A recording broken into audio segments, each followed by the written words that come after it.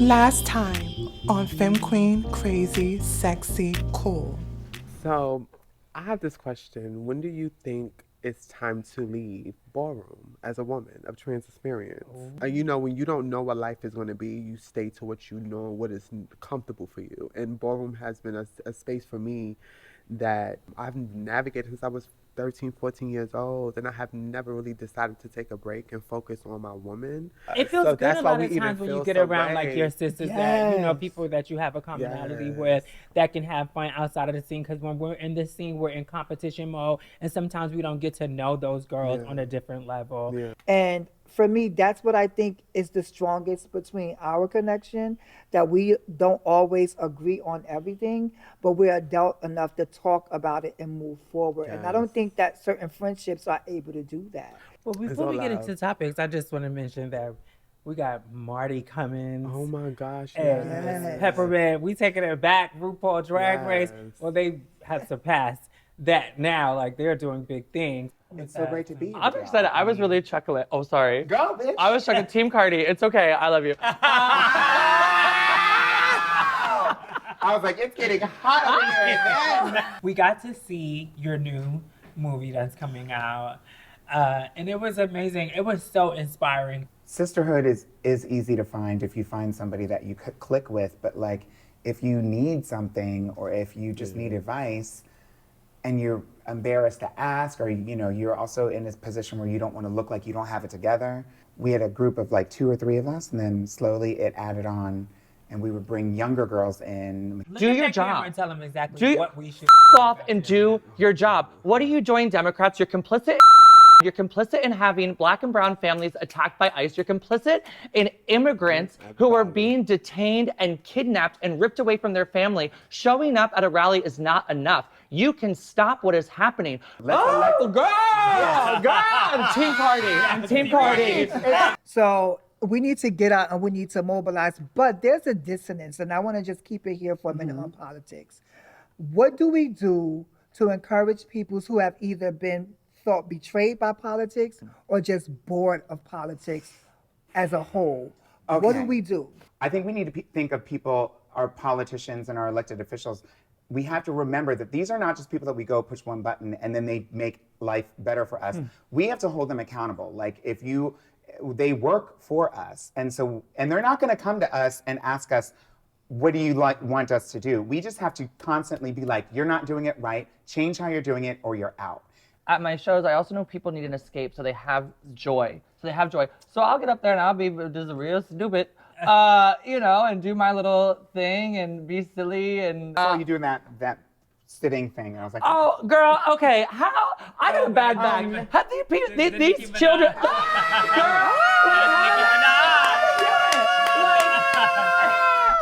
And shout out to the bar.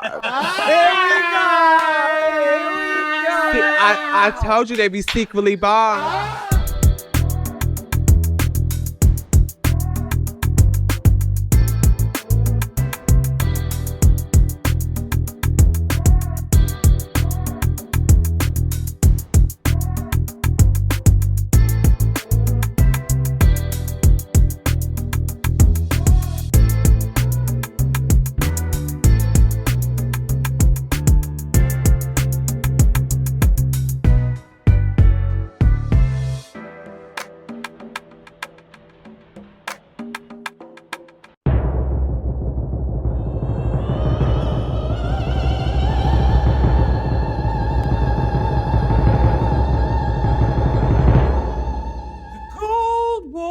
The gold bowl, this bitch digging in the gold bowl. The gold bowl, the gold bowl, this bitch digging in the good bowl.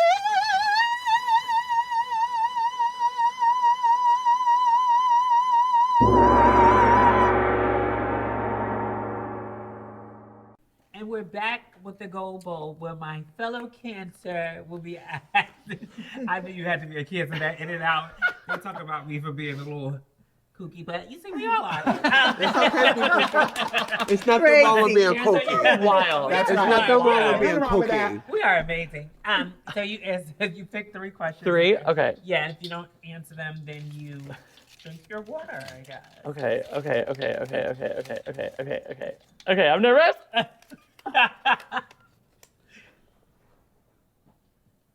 What's a quote another actor or performer has said to you that resonates with you every day? Oh, fuck me. I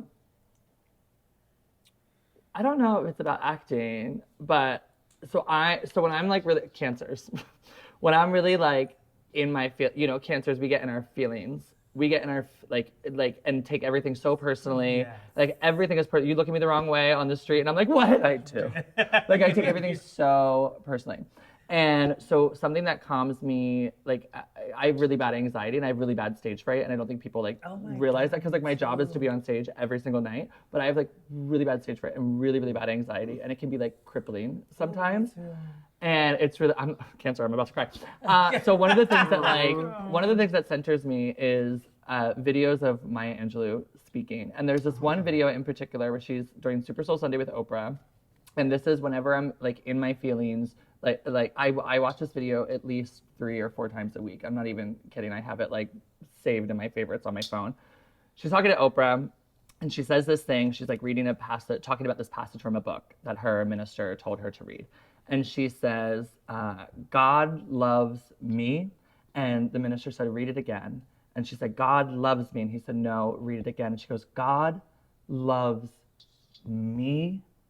God loves me. God who made the trees and the rain and you and me loves me. And it's, to me, like the most centering, it centers me and reminds me that like I am a speck of dust on a pebble that's floating in this multitude. Like my problems, as big as they are not really that big in the great scheme of things. Something that's bothering me today, in 5 years, I probably won't even remember, you know? And so it centers me and reminds me like, breathe, pause. You are loved and you are lovable and you are worthy of all good things so long as you do good. And it just centers me. So that's that one. Can I put that back in for you? Okay. I know this is supposed to be a fun segment. I'm getting all serious about my Angelou. Okay, next question. There's the character. Okay, what scene in a film do you often reflect on? First Wives Club is my favorite movie of all time. It is the greatest film that was ever made in 1996, starring Bette Midler, Diane Keaton, Goldie Hawn, cameos by Stockard Channing, Maggie Smith, and Sarah Jessica Parker. What a great film. So I love the scene where so whenever I go get my stuff done, I always think of Goldie Hawn when she's at the beginning of the movie and she goes, I want Tina, I want Jagger, fill him up. Good morning, Mohammed, with her like big lips buying the newspaper. I love that scene, gets me through. And also Marcia Gay Harden in the film, go, hit me, Annie, hit me. It's so, okay, I think about that all the time. And Stockard Channing, which, okay, never mind. Okay.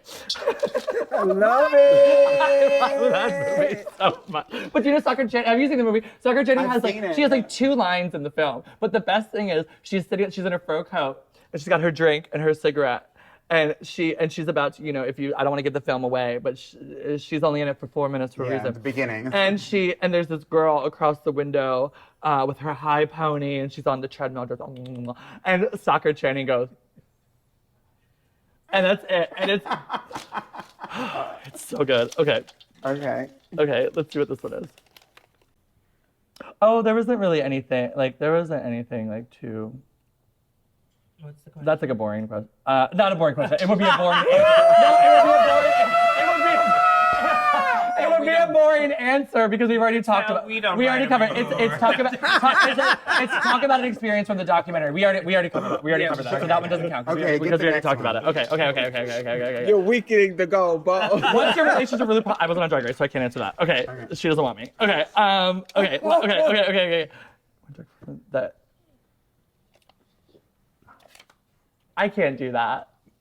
Name one drag performer that you don't see it for. Now that's the gold ball. Now that's the gold ball. oh, she I came double back. dare you. She said, "Wait." I double dog. I won't say their name, but Okay, I don't will say their tell- name. Okay. Years ago, I used to like not wear wigs and I did like a more alternative form of drag, and it was like me like experimenting with how I wanted to explore my own gender, my own journey towards who I am and how I identify, but also finding my voice as a drag artist, like what type of performer am I, you know? But I was booked, okay? And some of the girls She was booked. and some of the girls didn't like that Miss Ol' no wig, no pad was booked, but I was booked because I got the talent to back it up. Ooh. And so this one girl, I had asked her, I would go see their show a lot, and I had guessed it in the show when another person was filling in as host for them. So I had been invited to the show before, so it wasn't like I was just like coming at this cold. And I had approached them and I said, hey, I would really, if you ever have like a spot, I would really, really love to guest in the show. Like, and I'll do it for like, I'll just do it because I want to do it. Like, I just want to have fun with the girls, you know? And she looked me up and down. Name her. Mm-mm. She knows. She looked me up and down and she goes, well, you don't really do what we do. Oh. And I went, uh-huh. There's their name. And flash forward a few years. And I get the receiving end up, hey, I would really love to do a guest spot for your show. Oh. And you no longer are See how doing the what I tables do, turn? bitch. What did you say? Well, You did it. You said I'm a it, very yeah. nice girl. She did the guest spot, and it was fine. And it was fine. And all I could think was, well, you don't really do what I do. So, bitch, Yeah. you know who you are. Oh, she doesn't work anymore. She doesn't work anymore, so it's fine. Oh,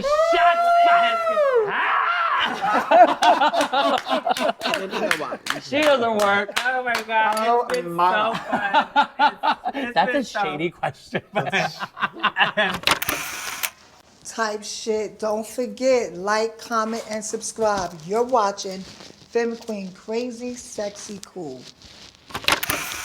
And with My that, husband called with it. the singer, the songwriter, the Broadway star, the wife. film, like, what is that? I'm sorry. I said the wife. Oh, you're married? You're married? Not real life. Oh, We're going to talk about that. well, we can speak it into We're going to talk about that. manifestation. You know, so thank you. I mean, it's we're, like I said earlier, we're so glad to have you here. I also want to say this too. There was a part of your new film coming out that, like, had the wheels turning for me because you was in this stage where, you had you got first runner-up on RuPaul Drag Race, and you kind of looked defeated. Like, you were happy for the other person, but you were like, where do I go from here? Like, what's next? Like, how long is this going to be a thing before I fizzle out? Because a lot of times, you know, you see the girls do something big and then you don't really hear from them anymore. But you have been fortunate that you're successful and you keep moving on to different things, and we love that for you. But it made me think, like you said, as long as I'm not creating any longer, I'm no longer living. And I was like, bitch, get to creating, bitch. Like, get to, like, it just inspired me so much. Like, and so thank you for that. Thank you. Well, that's what y'all are doing right here. You know, like making your own space, creating your own thing with this fabulous team to support you. And I'm just really here for it. And it's, yeah, that was a Drag Race was great for me. It was a wonderful experience. The best part about doing Drag Race for me was getting to connect with the other girls on the show and the community, and then being able to continue that outside of the show. And so, yeah, but the film, not to go too far into it, but like it was a lot, but I'm glad that you saw it and enjoyed it. It comes out in this week, or last week or this week, the 12th. The 12th it comes out. In New York. And then we're also in 3 other, the same weekend, we're in 3 other film festivals in New Mexico, and in I think San Diego. And we're trying to get the film to be, for people to see it all over. And so it's on the film festival circuit now. It's not going to be like on like some platform right now. It's just the film festival circuit, but I hope people support it. Maybe eventually it will be. So yeah, I was gonna say, don't say it's not, because it's a great documentary. 2 things stuck out to me from one of them, and I think I shared with you in private, that there was a scene that I choked up, and I was like, oh, maybe it's the hormones, but it was you simply looking up. I don't know whether you were looking up at the billboard or wherever you was looking at, but your girls came and they held you, and you were holding their hand. And I think in that moment, like all the sisterhood, like how you had Mila Jam, everybody just there sharing portions of how this movement is impacting them and what we go through as women. And I think for me, that resonated. But then there was another piece that you talked about, being passable or having this passability factor. And there's been this language that's been coming around a lot now, like being pretty and being beautiful, and and there's also a flip side to that about pretty penalty. So why did you think that having that conversation in your film was important? One of the things that was so bizarre for me for making being involved in a documentary it was 10 years that we were filming it. So there was certainly lots of stuff we filmed that didn't even make it into the film, obviously, but lots of stuff that happened to me over that decade that, they were just a real honest, like, this is where I am right now, this is what's happening. But I think I've always felt, one of the things that stifled me so much, I mean, just the thoughts around my transition and who I am have at times stopped me from doing the things that I wanted to do. And I remember early on, I'd known I was trans and that I was a woman, like I've always known. But I always said to myself, I remember saying this, I don't even know if I said it in the film, that I know that I'm trans, but I'll never transition medically, because I'm gonna wait until everyone in my family is dead. And because I didn't want to bring shame to them, or I didn't want to have any, I don't know, I just didn't feel like I had the strength to either come out to them or move the conversation at all. And so that's not how I feel now. That's how I felt very early, before even considering medically transitioning. And then later on, once I did start, I took my first little hormone, and then I remember getting this huge, I've never had an anxiety attack except once. And I was in the house, I had I had like one outfit, like my female outfit. It wasn't even, it was like androgynous outfit, but that was as far as I could go. And that was I would wear that every time. And that was my outfit that I was gonna put on when I'm gonna be cute. And it was during the day, I was just gonna go to the store, which I've lived in that apartment in that neighborhood for years. I go to the store all the time. Girl, I could not get out of the house. I said, oh my God, they're gonna know. All this like fear came in, swept over me, and I like couldn't even move, and I was in tears, and I've never felt that before. And it had a lot to do with me thinking that I'm never gonna be passable, that I won't be enough. And now, I was listening to Laverne Cox talk. I went to a speech that she did, and she told a story about earlier on, like years ago, that she was in the airport and she was rushing through, and she came she had to go to the bathroom and catch her flight. And so she asked the attendant or somebody, where's the ladies' room? And they took one look at her and they were like, oh, well, the men's room is that way. And she said usually she would have cursed them out, read them the riot act, but she had so much more to do. She was on her way to the Emmys, so she was like, I'm gonna keep it pumping. And she obviously went to the bathroom. And she said she realized in that moment that no matter what anybody else thought about her, that her womanhood, her transness is never at stake. It's not at stake. Like, regardless of what they say, there's no way that they'll take away from who we are. Who we are is who we are. And we tell them who we are. And they can accept it or not. And they're gonna treat us the way they're treating us. But it doesn't deplete who we are at all. And that really resonated with me. And so that, I don't know if I answered the question. I know, Yes. I went on. No, you did. No, you actually did. ate You that. did. I think, and that was a great way to respond to that, because the two part of it was that pretty penalty, and I've heard that language used as well, and that's like, for so long in media, there was only one representation of trans, and they had like a specific look to it. And then there were girls who were like ceiling breakers, who were drop dead gorgeous, who never had the opportunity to have some of those same opportunities. So when people say these things like, oh, passable privilege, but there are girls who either remain stealth in the space, or when they came out, they didn't get the access as some of the other girls did, because those representations didn't look like everyone.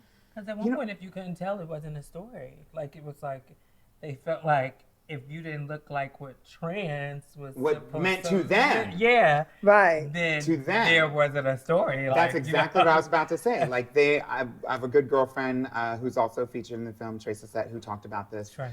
and on social media recently about just basically like the trans representation that the media or the industry is trying to tell us they'll accept. And she's talked, I think, before about like, the difficulty in someone who's passable and who has lived stealth before not being able to participate and not being invited or included in the conversation. And I don't know that that's my experience, because I feel like I've always been very obvious and also outspoken about my transness. So I've never made a decision to live a stealth. I never thought that I could. And so I was in a different situation. But I do think that you're right, that the people who want to sell our stories and make money off of them, which is never benefiting us, is those folks are the ones who are trying to put together this narrative. And these are the same exact people that were okay with having a cis man play a trans woman. So they're not going to have the right thing in mind when they're trying to cast or write our story. And so I think that it's really important that we are telling our own stories, and that we are in positions of power to hire people and put people in who care about telling the story with authenticity. Oh, what's goody? Don't you forget to like, share, and comment, because you are now watching Femme Queen Crazy, Sexy, and Cool. Thank you. So we often talk about here about like ballroom versus our real life persona. Like That's we what I have was talking about characters. earlier. Oh, you were okay. So we were talking about the character, how we have a character in ballroom, like that's where Tempest was born, and then there's Chastity or whatever, and I kind of combined them, as well as like where does Miss Peppermint, the drag performer, become Miss Peppermint, the TV actress? Or do they intersect? Like, how is that? For me, they definitely do, because there was a moment in time, especially probably really early on, where it was important, or I thought it was important to separate the two. But then I guess this has a lot to do with my transness. I was able to use, in a time where people were like, especially I started my medical transition in 2012. 2013, 2014, 2015 is when this conversation in the drag community started coming through and saying, oh, if you're trans, you can't be drag and all this stuff. And so that's where I I was starting to have a few feelings about that and wasn't sure if there was a place for me. There was other, even here in New York City, there was other queens that were like, and I had been working as a drag entertainer in New York City for a decade or more before I started my medical transition. And one queen came up and was like, oh, are you transitioning? I heard that you might be transitioning. And even before I could answer, she was like, I support you, but you'll never work in drag again if you do. And that's what another sister was saying to me, that I won't work. And I watched it happen to other girls who had to make a choice between their trans identity and their drag performance. And I've been in the room before I started my medical transition, but hearing people who were in positions of power, the bar owners and managers saying, oh, well, let's get so-and-so to do the show. Oh, no, she's trans now. Let's not get her.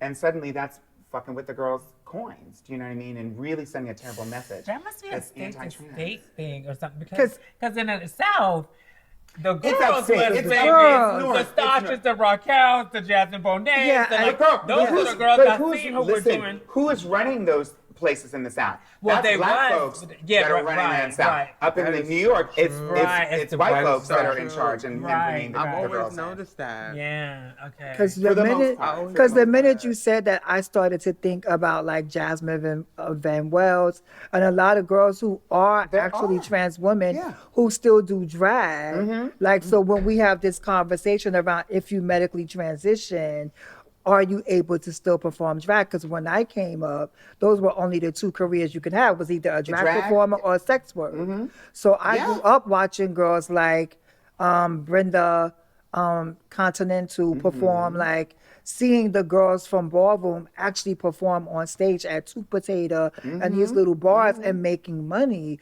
So I guess you're right. It depends on who's the owner and the location, because there are trans women who do still perform drag.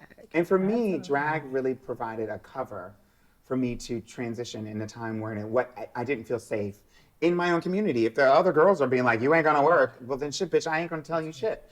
And so I kept going to my show, kept on the drag, and then I was taking my moans and medically transitioning underneath, in cover. And then when I felt comfortable and was ready, then I was like, surprise, I saw some gay out in the street during the day, and I was not beat, but I had a little something. I was ready to go out, and I was during the day out in the street, and I ran into some gay, and he was like, oh, I haven't seen you in a long time, kiss, kiss, kiss, blah, blah, blah, blah, blah, blah. He's like, you got a show? Why are you in drag? You doing a show? Why are you dressed like that? And I was like, okay, it's time. And I don't remember what I said. I probably said, no, bitch, bye. But I realized, okay, they are looking for a separation between the two, but there's no separation. So to answer your question, for me, there's no separation. It's the same. Obviously, if I'm like up in and high glam and I got some sequins on, I can turn it on and turn it up a little bit. And then, when I'm doing something with trans rights or doing something in politics, then it's a little less, I know how to speak to different audiences, but it's always the same persona. So I want to ask you about what is the most fun for you when it comes to acting? What is the most funnest part, the best part to you?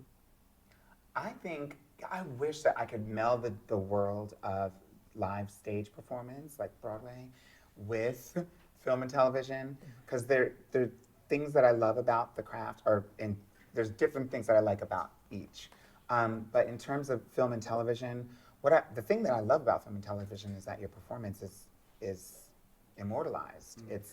You can do it once, great, and then people will watch it over and over again, as opposed to doing it over and over again, and somebody didn't see it. You know what I mean? If they weren't there in the room. But what I love right now about working on this show that I'm working on, I think this is what you might have been hinting at, Survival of the Thickest on Netflix. Yeah. What I love about the show is the fact that we do have queer folks and people who are who care about telling an authentic story. Michelle Buteau, who leads, she's the lead writer, producer. she brought me in and was like, "Girl, let's bring you up and tell your story." And I'm a trans character, and I own a drag bar, and I'm a drag performer, and like all these things that are the real. I don't own a drag bar in real life, but like all these things are parts of my real story. And right now, eventually, I would love to play some superhero or some kind of, I don't know, some vampire running around. But right now, I love that I'm able to tell an accurate story of trans experience. Yeah. Dang, it just left. What? Shit, sorry, I talked too long. No. It was along the same lines. I think that the representation is definitely important, and I completely forgot my question for you. But it was along the same lines, and if it comes back to me, I'll Then you let me know. Well, we're talking about, Since we're on a break. Well, since we're on break. Well, while we're on that I know break. you're on the board of directors of GLAAD, Uh-huh. and you have ACLU. And so you're big in the advocacy world. What do you were just kind of talking about it off air with some of the girls in the advocacy world arguing, Yes. out Fighting, loud, darling. and fighting and stuff. What do you feel about that? How do you feel? It makes me sick. It makes me fucking sick. We have so much that we have to do, and we don't have a lot of people speaking. We don't have a lot of people speaking up for our community in the way that those same people would speak out for other people that aren't in their community. Meaning, we know that immigrants' rights, we know that bodily autonomy and access to reproductive health care is important. We know, there's so many things that are on the list that we're having these conversations about. And we're hearing these politicians, mostly white men, talking about some of these things. And the ones that are more left-wing, they seem to have kind of gotten the story with all these other subjects. But for some reason, when it comes to the trans community, honey, we have been at least in the top 5 subjects since the election. On every commercial, every political thing, everybody's damn poster, everybody's hit list of things that they want to demonize, we have been in their mouths in more ways than one, probably. Okay. And nary a time are they asking one of us to come and talk. They are not inviting us to the conversation. They're not bringing us on CNN or The View or the whatever to talk about this. They're talking about us, but they're not bringing us in. And so we're obviously having to advocate for ourselves. So girls, please stop this damn fighting. It is so stupid, and it really only I don't know, I'm not in everybody's DMs, and I'm not in everybody's conversation, and I don't know their business other than what they're trying to put out there. But what you're putting out there looks like, I want to take your place. And for me, That's what it's serving. So- like that in that world. for me, it's important, and I'm glad that you said that, because I think there's a lot of us that actually believe that those conversations, and I've always said this, most of the conversations that we have outward need to be inward conversations, because the voice is coming from the inside, it's not coming from the outside. Because sometimes you're projecting things or you're saying things that may only make sense in your head, and you don't know how that's coming off when people are judging us across the board. And at this moment, you are that representation that have that voice in that space. So people are going to blame us as a whole and say they're all doing that. And my thing is, that's not the case. What is important is that when we get out of the scarcity mindset and we stop thinking that there can only be one of us and understand that each one of us can lend our voice to move this needle ahead, and each one of us and our perspective have earned the right to speak about our experience in the spaces that we grant access to. And it was something that I heard at the Black Center for Equity that the doctor said. He said, I pray you friendship, true friendship, that mentions your names in rooms when When their you're not names. there. You understand That what I'm is what it saying? is. So that's what needs to happen. I remember in the beginning of the season, I used to name drop like crazy, and people used to shame that. But I think it's important to bring other names in the room, because that's how they gain access. So my question came back to me. Okay, hit me. Are we going to get another Nubia? I hope so. I don't know. And it was the best thing ever that was that the pandemic took from us, from us. I don't know. I don't know that it's going to come. It feels like the moment has sort of passed, especially considering that the support for it, which was great. We were already starting to sell out in other cities, and we were really getting it going.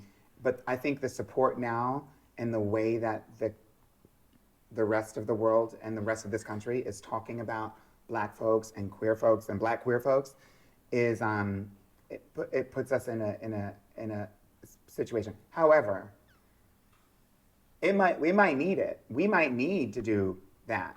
That's when we're needed the most, right? Yes. And so I'm all for it. I was one of the producers of it, but not the head of it, and so I'm 100% on board.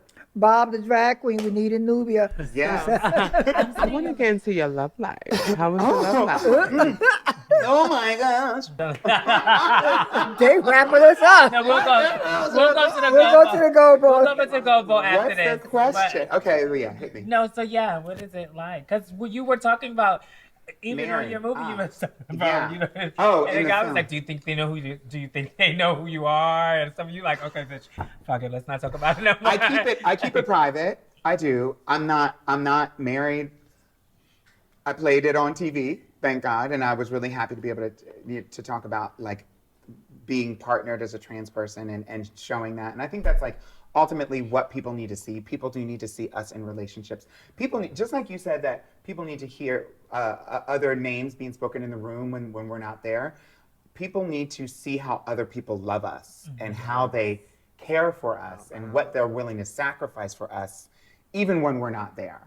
And I think that is truly important. So if I can't do it in my everyday life, then I'll do it on TV. But, you know, I've been around the block, and, you know, the overlap with the girls is wild. I don't know. I mean, when I you get hear your... Laverne talk about that a lot. Yeah, I'm like, I don't know if y'all had an overlap. We have had so much overlap, it's not even funny. Really? Because a lot of these guys, they compartmentalize. These men that are straight identified and trans attracted. Really? I don't go through that with my sister. I don't. Maybe it is a special thing. I don't know. Maybe they but went at the but celebrity these girl. men, I don't know, because this was happening before anybody was on TV or anything. And these guys are, I mean, it's make the their small rounds. pool. They make their rounds. I don't care who it is. Yeah, they They're- make their the guys are making their rounds. Yeah. And if you're out there, they're going to find you, right? And you think you have something special, and you're like, oh, you were there too? One of them too. Girl. It's like a hit list. Yeah, girl, a literal like a hit hit list, list. honey. It's like a hit Hit it list. I was up with them. I remember thought I was in love, honey. I had this guy, I thought I was in love. And honey, and I gotta tell you, when I was, because I was still in a point, hadn't started my medical transition, but I was identifying as trans. I was calling myself non-op trans. I thought that was like, I was like, that's what I am. And he came over and we hit it off and everything was great. And he'd had all this conversation with me ahead of time online, you know, on social media, trying to chat me up. And finally I was like, all right, whatever, let's talk. And he was like, I'll be in New York City. Fine, let's meet up. And we went during the day, and I was like trying to like blend in, because I was like in drag mode, but like day drag, but like trying to soften it up a little bit, but I was like, still need the coverage. And anyway, we went to this place and we went to get some chocolate covered strawberry. It was romantic. And we started seeing each other. And he would come here visit me, I would go visit him. I had this horrible experience where I missed a flight to a gig and was feeling really like depressed about it. And he was like, come to Boston. That's where he lives. Let's go, we'll do our thing, and let's go. So we did our thing. I went up there and visited. We got a hotel room with a bubble bath in it, and had a lovely time, and took pictures, tasteful pictures, you know, with bubbles and stuff like that. So one of my girlfriends, I saw her like one of his posts online. And I was like, oh, I wonder what's going on here. And then I reached out to her, very good girlfriend, reached out to her, I was like, girl. And certainly it felt like, you know, Brandy and Monica, the boys' mine. But we didn't fight. And I was like, girl, how do you know him? What's going on? She's like, oh, you know him too? And it was like that whole story. But then she was like, well, let's call him up and let's break it up. And I was like, okay, girl. And so she confronted him. So this is the piece that we knew. She said, "Oh, he sent me a cute picture of him in the bubble bath," and I was like, "Wait a minute, I took that picture, girl. I was there. I took the picture." Oh my. And so that's how. And she's like, "Well, when did he text you last? At 10:05? Well, bitch, he texted me at 10:05." And I wish I was laying my head on the pillow. I wish I was laying like this cookie cutter. And so I was like, girl, I can't. So she called him, she confronted him. He denied me, of course, and was like, I don't know that bitch, but it wasn't true.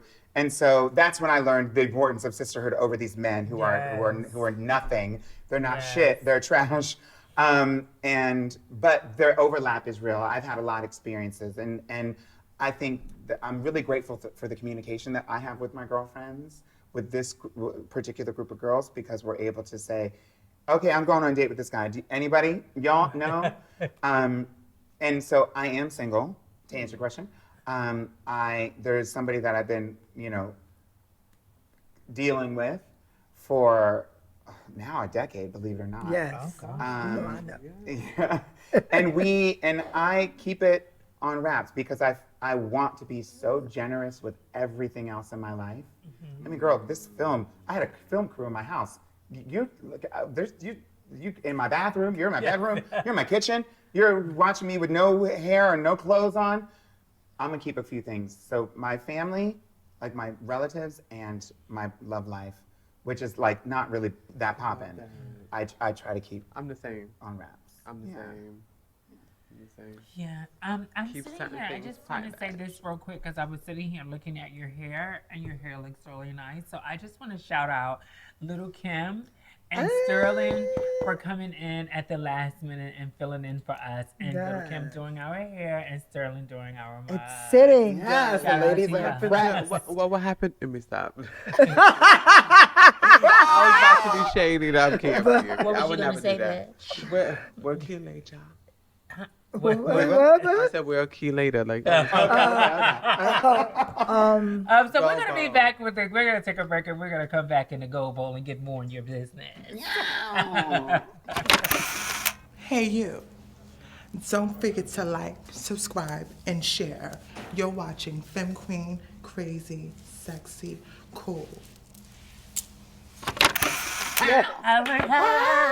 Every day. I get up out of my bed. I put on my clothes, 'cause I got bills to pay. I need 'cause I don't need no help. I got a strong will to survive. I got a deeper love, a deeper love inside. I call it pride. Okay.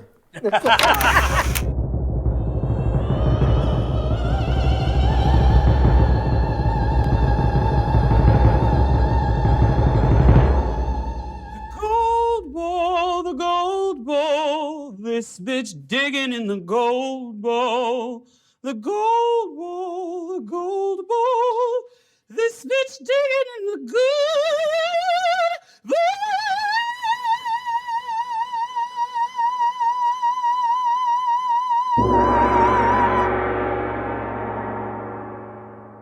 And we're back with the Gold Bowl. So you pick 3 questions out, and if you don't answer, you can drink your shot of your water. Okay. You got the non-drinkers today. All right, let's see what it's gonna be. Oh, I should got my reading glasses. Someone can be for you if you can. What's a quote another actor or performer has told you that resonates? That's the same question. Enough is enough. What's the hardest thing you've ever... Wait, what? What's the hardest thing you've ever done on a date? What do you mean the hardest thing? Weirdest. What's the weirdest? Oh, weirdest. Oh, that looked like it said hardest. Sorry. I mean, we know. No, we already know what that was. Weirdest thing I've ever done on a date. Ooh. I haven't really been on a lot of dates, y'all. Name one. Sorry. Well, the 10-year guy, you need to step your fucking shit It's up. true. Child, 10 years, bitch. Let him go. But one of the, I mean, you know, No, you can't. Bitch, is he DL? What is he do with the no, girl? he's not. actually- He's not DL. No, he's not. Bitch, commit. But yeah. She staying single and y'all messing for 10 years, bitch. What you doing? Step Well, it maybe up. it's her. Don't do that because maybe she's holding the cards. Ain't Maybe anything- she don't want to Well, get Next question.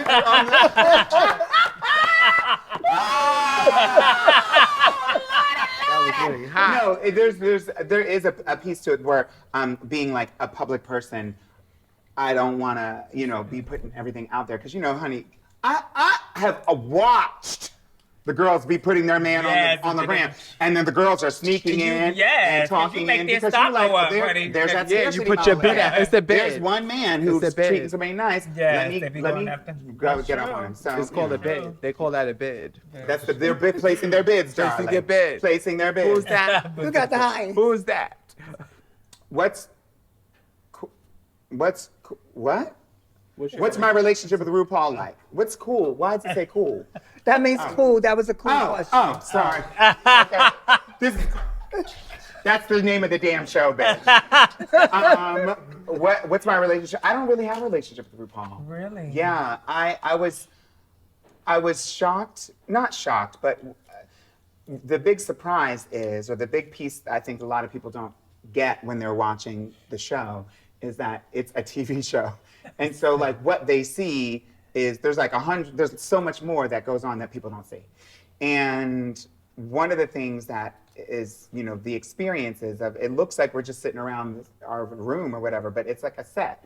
And we're all on there, and we're there, and Ru gets called on the earphone and comes in, stands on her spot, delivers her lines, and leaves. And so there's not that much time to have a camaraderie relationship. I'm sure that the girls who, there are other girls maybe who've gotten closer, but I don't think so. Because they be like Mama Ru and all that Yeah, stuff. we say I Mama thought they were Ru. really cool. But, Yeah. okay. Is that the last third one, one? the You got last one Oh, more. one more. One more. Is there a third one? Okay, here we go. Let's make it a good one. Asia, you want to pull it for me? Why'd you be one of them ones we already had? Okay, thank you. It was already read. It was. Name one that drives you for me you don't see it for. Oh, okay. It was, yeah, it was. I should have read it out loud. I should have read it. You want me to get it? I'm telling you. No, the no, truth. no, go I'm telling you ahead. the truth. I'm telling you the truth. I'm about to look that question again. She ran fast. What scene in your film do you reflect on? And Marty didn't read that one, but read it but didn't do it. Okay. Do I what reflect on? Do I often reflect on? You know, there's two scenes that I remember, and it's not so much like, I don't think of them as scenes. They were just moments in my life that I remember, like I flash back to being in that situation. When I started my medical transition, I started when I was ready and then waited to talk to my family about it. And once I did, I knew that there was going to be, I basically gave them a year. I was like, y'all have a year to like, you know, call me the wrong name and all that. I'll give it to you. I'll come here for Christmas and y'all can call me all the things you want to call. But next year, it's going to be very different. So just, this is your year to adjust. And one of the first times that my mom called me her daughter in front of other people was on the phone with, when I was in the car with Sherry Vine. And that was, it was obviously special to me, but you know, that was after some struggle in public with my mom, and she wasn't being malicious, she just wasn't hadn't gotten there yet. Yeah. And so that was one scene. And then another scene was when I did lose the crown on Drag Race. And I was the show was over, I was packing up, and I had a little bit of an emotional moment and breakdown, which I don't even think that they filmed. But I did call my partner at the time was a different partner, who lives in Ireland. And we, you know, he was really comforting to me. And I just remember like feeling so spent. And I think a lot of it had to do with, I like put everything into, like, you just put your blood, you leave it on the floor. And then when it doesn't work out the way that you want or whatever, I was just exhausted and just like done. And so those are two moments that I remember. I think the car ride home is what is in the film. Yeah. A Deeper Love. In a theater, maybe, depending on when you're watching this. And speaking of that, like, we want to give you, like, we often talk about giving people their flowers while they can still smell them, and we want to congratulate you on your film that's coming out. So we wanted to go ahead and present you with these flowers. Thank you. Thank you so much, ladies. Yes, I think that this has been so amazing. Yes, Do y'all have anything? So I just have two things to say. I do want you to share the name of the film, but I also know that recently you spoke at what was it? The Black Queer Creative Summit. What was that experience like for you? It was wonderful. It was my second time doing it. It's the second year that they've done it. I don't think it was last year. Anyway, it was the second annual. And I was at both of them. I got a chance to speak at this one, which is great. I'm going to share it pretty soon on social. It was great. This was Black queer folks of all walks, trans, femmes, butch queens, lesbians, everybody up in there. I don't even know. I was like, I know you're queer. I don't know what's going on. And these folks are so creative. People from all different parts of the entertainment industry. People who work behind the scenes. People who work in front of the camera scenes. Writers, directors, producers, just all types of people who, again, we were building community, what we were talking about earlier. And they were getting, on the short end of it, they were getting information, they were in classes, seminars, lectures and things about like tips in the industry, what you should do, advice and things like that. But on the bigger spectrum, they were building this community of artists and creators that they would stay in contact with each other. So that, honey, when they are not trying to give us a grant to do the money or invite us into the thing, because they're only going to bring one of us, let's do it ourselves. Fuck them. We'll get it. We'll write it. We'll produce it. Will you act in it? You film it. You do this. We'll do that. You edit it. We're all in the room. We don't need any of that. And we'll make it happen. I'm not saying that it's not a good idea to try to connect with industry, but it's so important that we get our experience with each other, get our experience where we can. And if that means with each other, then that's who it's with. Because I can guarantee you, you can be the hottest Black director, the hottest Black trans actress, the hottest Black whatever, girl, they will eat you up and spit you out. They will be, when they're done with you, you are done. And they don't care if you saved a coin or not. They're like, girl, that was last season. And so, but we have protection from that with each other. And so that's what that experience was like. Thank you. Mm-hmm. Yes. When is the movie drop? The film is A Deeper Love. It is produced and directed by Oriel Peer. And right now we're looking for a home. We're looking for a distributor. It's also produced by Elliot Page and Bob the Drag Queen. And I'm just so grateful for the chance to show it and share it with everybody. It's my personal life. It's my struggles, my trials, my tribulations over the past 10 years, my experience with Drag Race, experience with Broadway, and living in a big city like New York. And it couldn't have happened without family and people coming around and a community to support and uplift.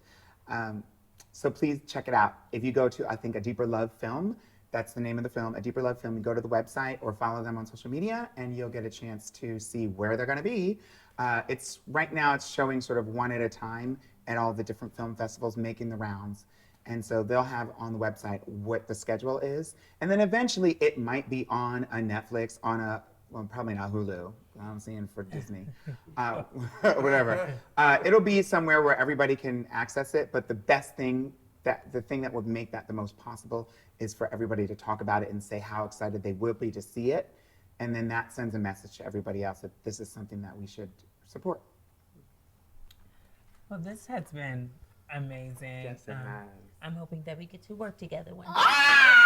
Girl, me too. I cannot wait to come. I'm going to be at your opening. Yes, you have on Broadway. Yes, honey. I know, that could have had a different. She said it, not me. That's right. So this has been great. I'm filled. Yes, you have I'm anything you want to say? filled. I'm filled. So thank you so much for coming and sitting with us, and we wish you much success, and you can continue going and going and going. And this has been another episode of Femme Queen Crazy. Sexy. Cool.